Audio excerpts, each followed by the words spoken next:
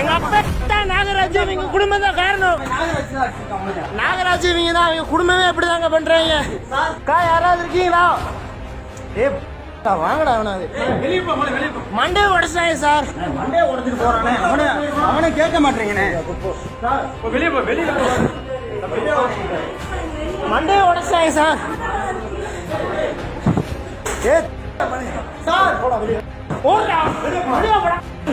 சொத்து பிரச்சனையில் ஒரே குடும்பத்தைச் சேர்ந்தவர்களுக்குள் ஏற்பட்ட கைகலப்பு.